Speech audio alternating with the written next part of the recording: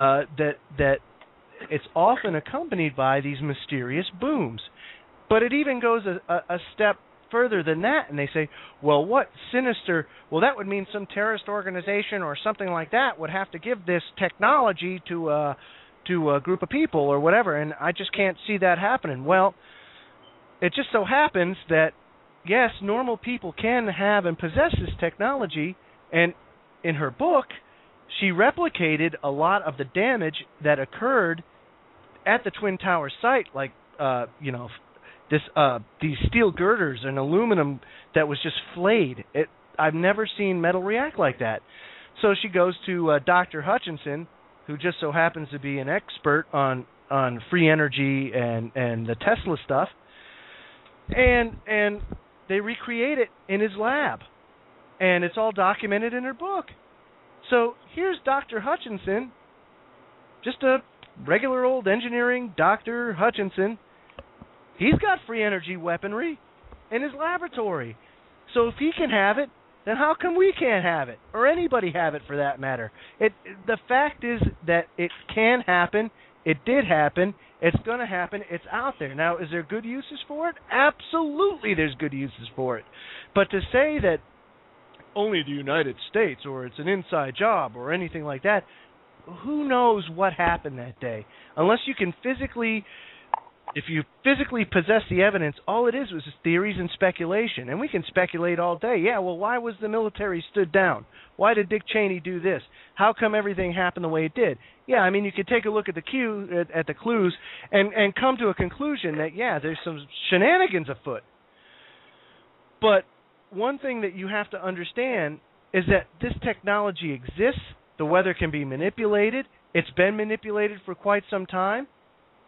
And that whoever it is out there that are building these deep underground bases, they all know what's going on, they all know what's happening, and they pretty much have a good idea what's coming. So you have to look at it and say, well, what the heck's going on, and how do we best prepare for it? Food, water, silver, and gold. Self and family, that's what it all comes down to. Ain't it right there, Gwen? Pistols. That's what Griff told me. That's right. And I believe him. I do too. I mean, there's a certain amount that you have to look at things realistically and say to yourself, well, you know something, are people going to wake up? Are they going to see the light, or is it going to be too late? And that's why, Tyreek, you said silver and gold. I'm not a silver and gold proponent. As a matter of fact, I'm a brass and lead proponent. I think that those two metals, Me too. Those two metals are far more precious. Yeah, they're far more precious than silver and gold. Everybody's going to have a need for ammo. Everybody's going to have a need for the ability to hunt, or what you're going to have the need for it. And if you do have needs and you do possess brass and lead, then you can go take what you need if worst case scenario.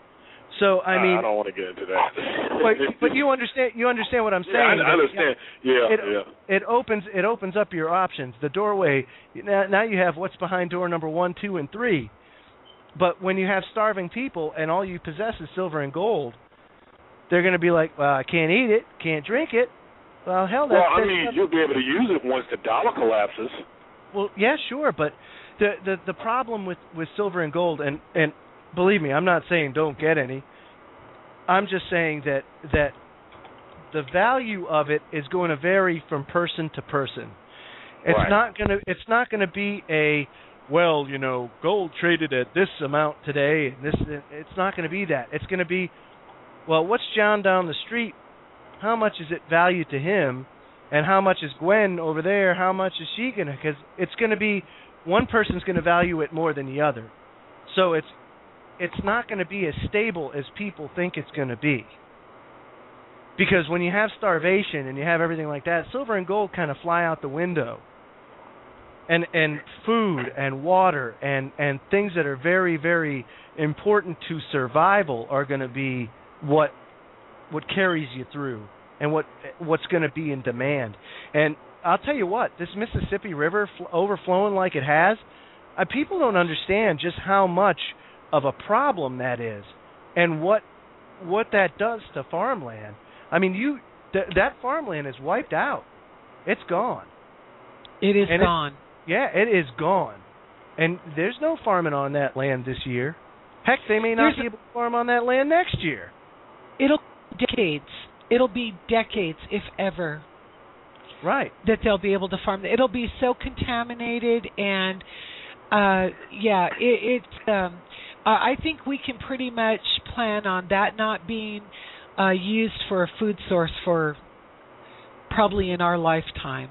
Yeah, sadly enough. It's a sad state of affairs. John, I just noticed it's 9:35, man. I'm asleep at the wheel. Oh, yes. Well, not to worry. I'm in here putting out little fires here and there. It's no big deal. We're going to get ready for the prize number 3 of the night, folks. So here we go.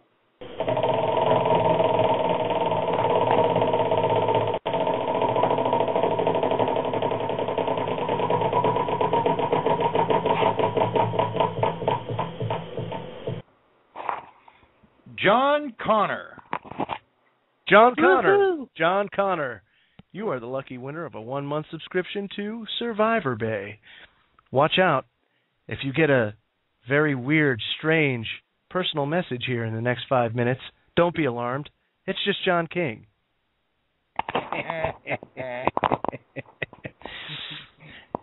But let's talk about that for a second. So here we are. We're talking about the police state and everything else.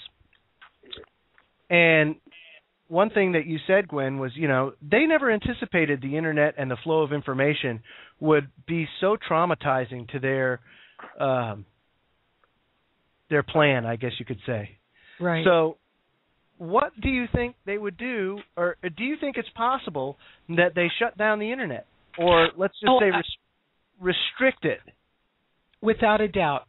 Right. I fully anticipate that, which is why everyone, even if you don't win a free month to Survivor Bay, should go there and subscribe. So when they pull that piddly little plug of theirs, you can find out what's going on in other places in the country, what the situation is, and you have access to all of the wonderful information there.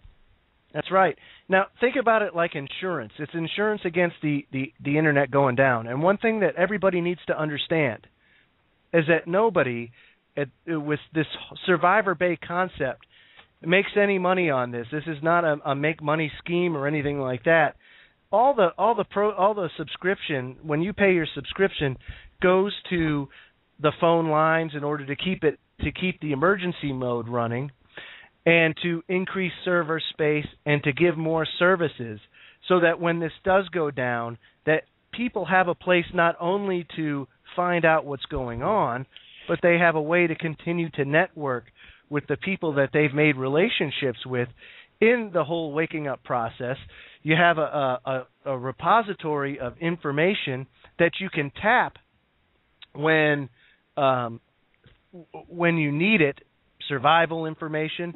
There's a trading post there so that you can trade. You can barter with your fellow patriotic people, if you will. So it's definitely something that you should consider when it comes to having some sort of continuity with communications should the Internet go down. Well, also, I think we should make the announcement that we're currently trying to get somebody that's a gold and silver dealer, precious metals dealer, specifically for Survivor Bay, so that Survivor Bay members can purchase real physical gold and silver directly from that person that has the gold and silver mine. So that's going to be a plus for the members. And I'm also working on some stuff with ammunition and guns too, to try and get some good deals for people that way as well. Tyreek, you were going to say something, buddy? I buy my silver and gold from a pretty good dealer. Midas Resources.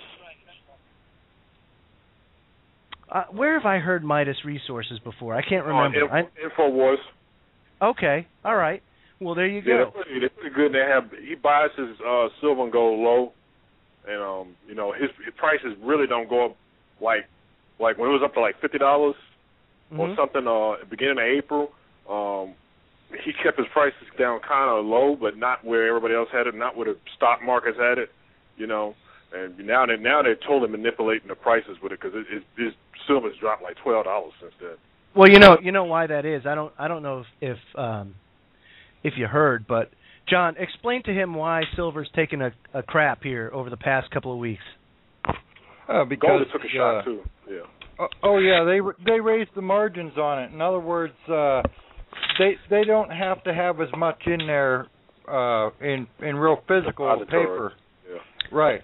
It's like it used to be like 5 or 6 to 1. Now it was 10 to 1. It might even be higher now. But they can raise it all day long until the sun comes up. But eventually, they're going to have a margin call and they're going to default. And when that happens, hold on, everybody. It's going to be a very, very bumpy ride. I actually look for silver to drop to as low as 25 to 28 and shoot up to 75 after a short while, and gold to go down as low as 1380 and then shoot up to 1650.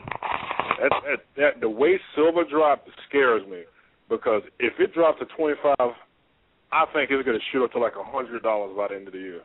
I'll tell you what, one thing is for sure, the commodities market is extremely volatile because of the dollar weakness. I mean, we're seeing an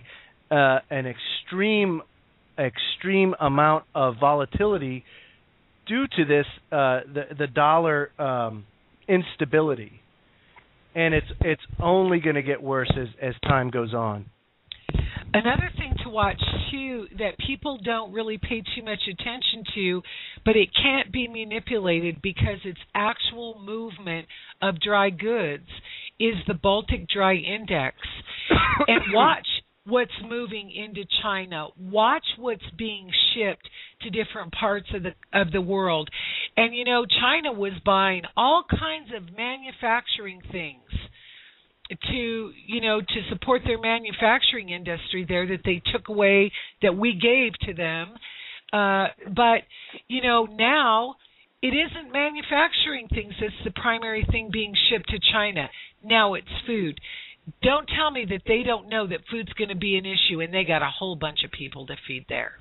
That's right. So if you watch that, I think it's a little more realistic assessment tool for what we can expect.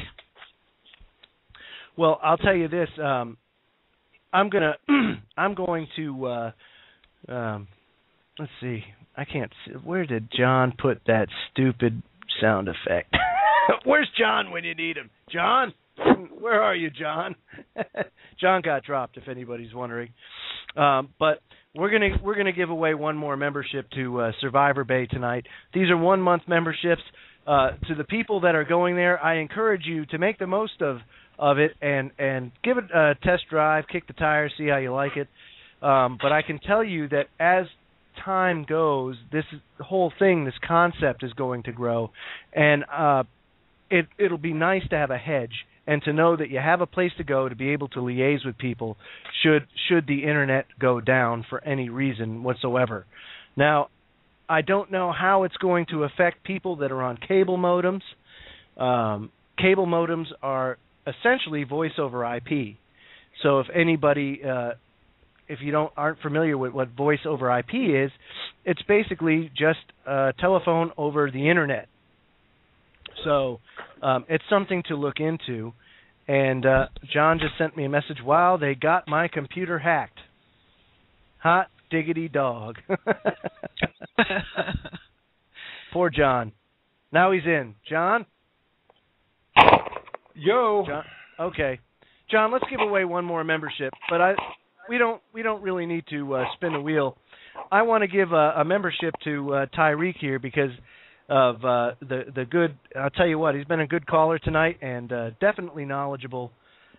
And let's give him a 1-month pass, shall we? So Tyreek, John's going to take you into the screen room and get your information to give you to get you in. Appreciate it. Hey, no sweat, man. Call into the show more often. I want to get something started in my local area to start waking people up in my local area. I mean, it's doing no good if I have the knowledge and I can't share it with people. I do try to share, but some people just blow it off.